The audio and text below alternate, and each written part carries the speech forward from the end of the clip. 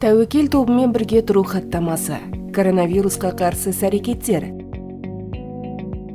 Егер сізбен бір үйде тәуекел тобының адамы, атап айтқанда 65 жастан асқан адамдар, жүрек қан тамырлары аурулары және гипертониясы бар, қант диабеті, тыныс жолдарының созылмалы аурулары бар адамдар және онкологиялық аурулар бар адамдар тұратын болса, немесе сіз оған күтім жасайтын болсаңыз, онда бірқатар ережелерді сақтауға кеңес береміз.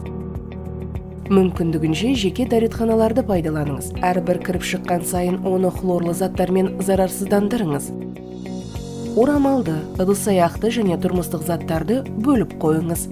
Күн сайын телефондарды, ажыратқыштарды, пульттерді, шынтақшаларды, үстелдерді, есік тұтқаларын және қозғалуға мүмкіндік беретін қосалқы құралдардың сыртын құрамында хлоры бар ерітіндімен тазалап зарарсыздандырыңыз. Қашықтықты сақтаңыз. Мүмкіндігінше бөлек бөлмелерде немесе кем дегенде бөлек төсекте ұйықтаңыз. Киімдер мен төсек жабдықтарын жиі жуыңыз. Бөлмені үнемі желдетіп отырыңыз. Егер дене қызуыңыз 38 градустан жоғары болса, тыныс алуыңыз қиындаса, ауруханаға қоңырау шалыңыз. Карантинді 2 апта бойы сақтаңыз. Үйден әрбір шыққан сайын карантинді қайтадан бастауыңызға тура келетінін ескеріңіз. Коронавирусты бірге тоқтатайық.